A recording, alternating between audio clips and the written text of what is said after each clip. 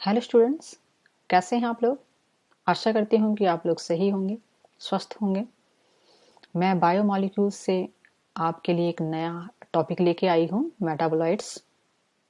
तो होप करती हूँ कि आप इसको ध्यान से सुनेंगे और इसको अच्छे से अंडरस्टैंड करेंगे। तो पढ़ते हैं हम फिर मेटाबोलाइट्स क्या होते हैं।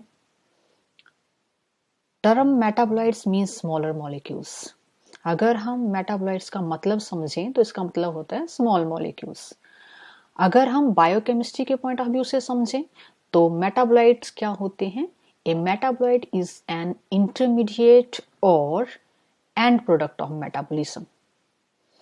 तो बायोकेमिस्ट्री के अकॉर्डिंग वो मॉलिक्यूल्स जो या तो मेटाबॉलिज्म के एंड में बनते हैं या बीच में बनते हैं।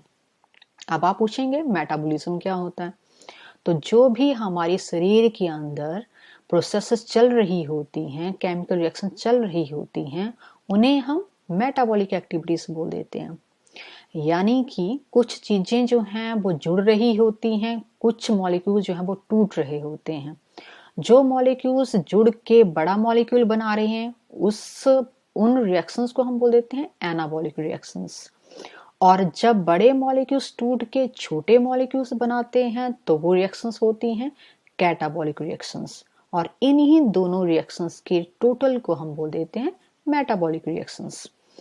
तो अकॉर्डिंग टू बायोकेमिस्ट्री क्या है, मेटाबोलाइट्स वो मॉलिक्यूल्स हैं जो मेटाबॉलिज्म्स के एंड में बने या फिर बीच जैसे में बने।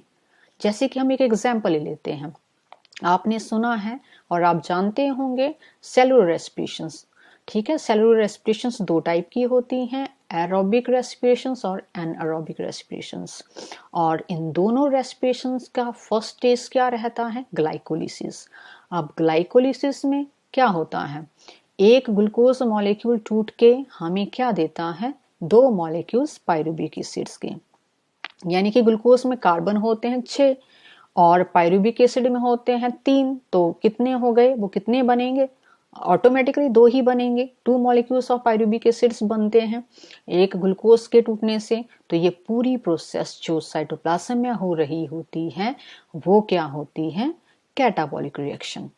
ठीक है। और अगर हम फोटोसिंथेसिस की रिएक्शन को समझें तो क्या होता है, कार्बन डाइऑक्साइड जुड़ती है वाटर मॉलिक्यूल्स के साथ, सनलाइट चाहिए होती है और क्लोरोफिल चाहिए होता है, तब जाके एक प्लांट के अंदर जो है वो ग्लूकोज बनता है जो बाद में स्टार्च की फॉर्म में सिंथेसाइज होता है। तो इनऑर्गेनिक मॉलिक्यूल से जब ऑर्गेनिक मॉलिक्यूल ग्लूकोज बना, ठीक है, तो ये रिएक्शन कौन सी हुई, एनाबॉलिक रिएक्शंस।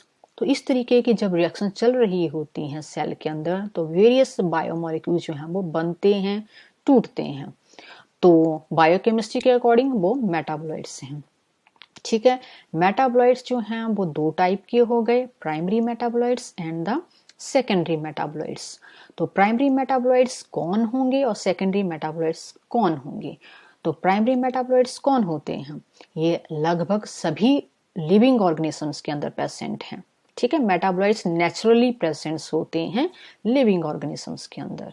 तो प्राइमरी मेटाबोलाइट्स कौन से होंगे, जो मैनी ऑर्गेनिजम्स और सेल्स के अंदर आपको देखने को मिलेंगे, जिनका डायरेक्ट रोल होगा उस लिविंग ऑर्गेनिजम्स की ग्रोथ के लिए, डेवलपमेंट के लिए एंड रिप्रोडक्शन के लिए।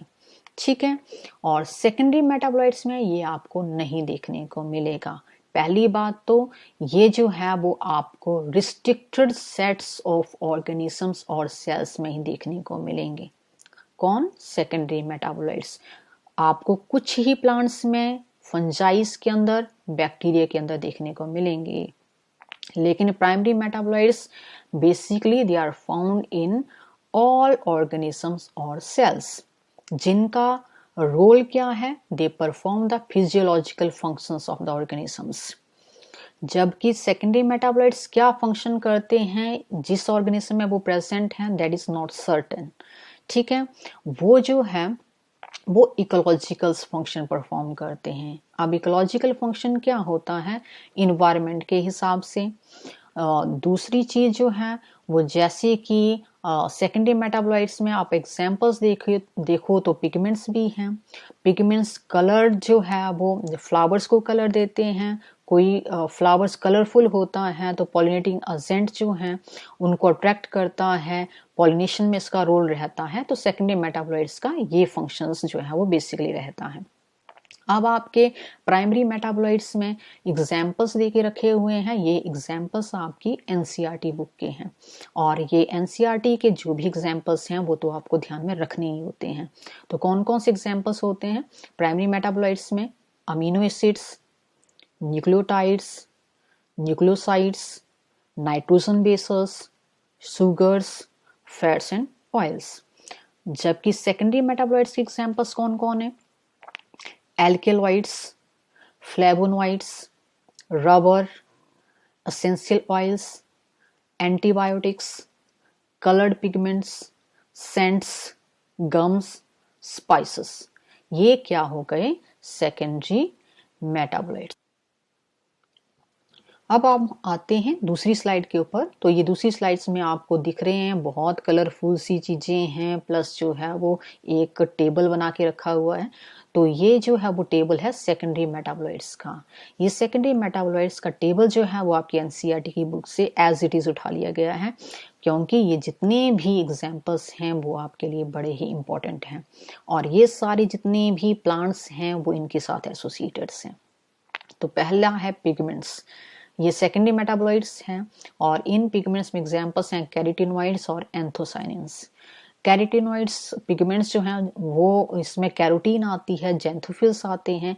ये वो पिगमेंट्स होते हैं जो फ्रूट्स को रेडिश कलर देते हैं, येलोइश कलर देते हैं, ऑरेंज कलर देते हैं। आपको पपाया में देखने को मिलेंगे, कैरेट में देखने को मिलेंगे, जैसे हमने ये जो है वो इमेज बना के रखी हुई है। और ये आपको जो है वो टोमेटो के अंदर देखने को मिलेंगे। एंथोसाइनिन्स ये जैसे इसका जो है वो जैसे ये पर्पल कलर की हमने कॉलीफ्लावर आप देख रहे हो इमेज के अंदर, तो ये पिगमेंट्स जो हैं वो एंथोसाइनिन्स पिगमेंट्स हैं। ये ब्लूइश कलर के होते हैं या फिर जो है वो रेडिश कलर के भी होते हैं depending upon the pH of the cells. और ये जो है वो अगला सेकेंडरी मेटाबोलाइट है एल्केलॉइड्स। तो इसमें आता है आपके पास मॉर्फिन, कोडीन। ये मॉर्फिन और कोडीन्स जो हैं वो ड्रग्स होती हैं। ये पैपेबर सोमनीफेरम्स पॉपी प्लांट होता है, उस प्लांट के ये अनराइप कैप्सूल्स होते हैं। इनसे लेटेक्स निकलता है। जब इन पे कट लगाते हैं तो उस लेटेक्स को सुखा के जो है वो मॉर्फिन बनती है। एक स्ट्रॉन्ग पेन किलर रहता है ये।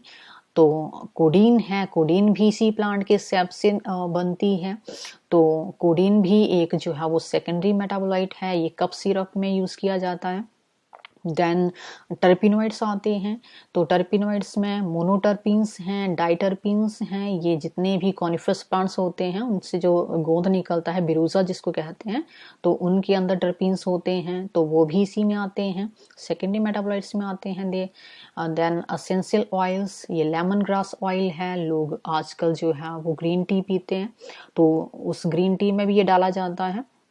लेमन ग्रास जो है वो उसका यूज किया जाता है, तो उससे ऑयल निकलता है। This is also an example of secondary metabolites. Then toxins हैं। टॉक्सिन्स में एब्रिन और रिकिन है। एब्रिन ये आप देखो यहाँ पे एब्रिन के सीड्स हैं। ये सीड्स जो हैं इनको रत्ती सीड भी बोलते हैं। आप लोगों ने अपने घर में पूछ सकते हो, बड़े बुजुर्ग लोग जानते हैं, क्योंकि जो गोल्ड स्मिथ होते थे पुराने ज़माने में वो इसी का यूज़ करते थे अपने गोल्ड को मैसर करने के लिए, उसका वेट लेने के लिए। देन रिकिन है, ये एरिंड जो है वो ये प्लांट है, एरिंड का प्लांट, तो उसके सीड्स हैं ये।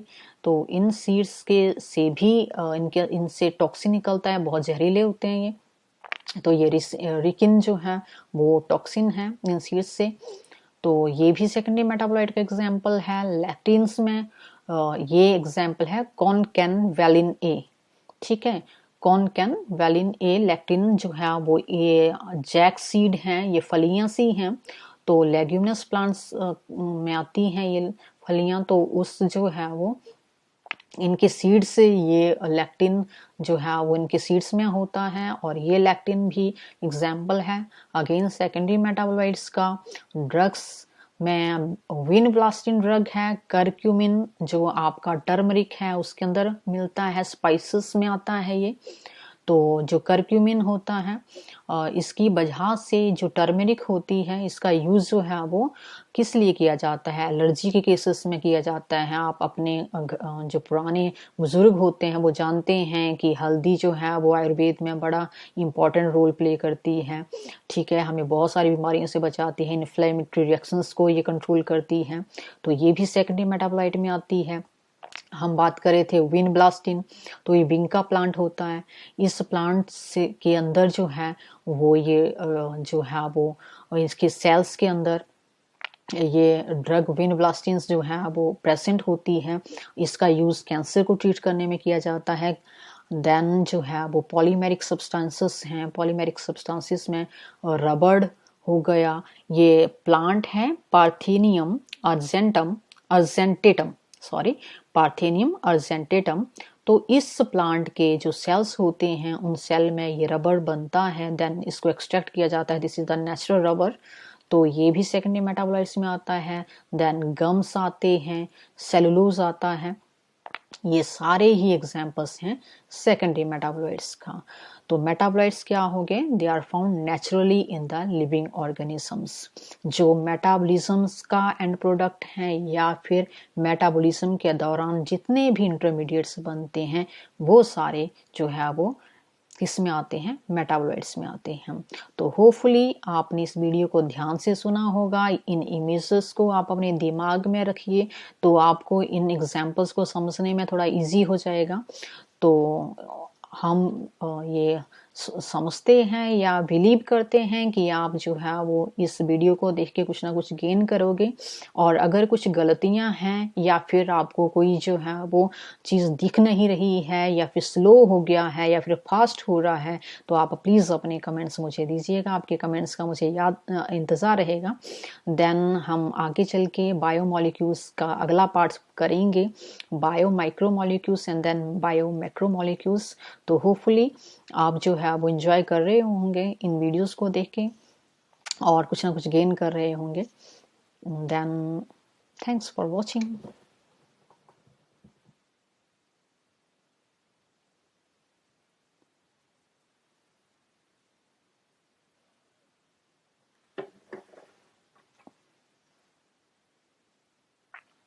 अब ये आ रहा है इसमें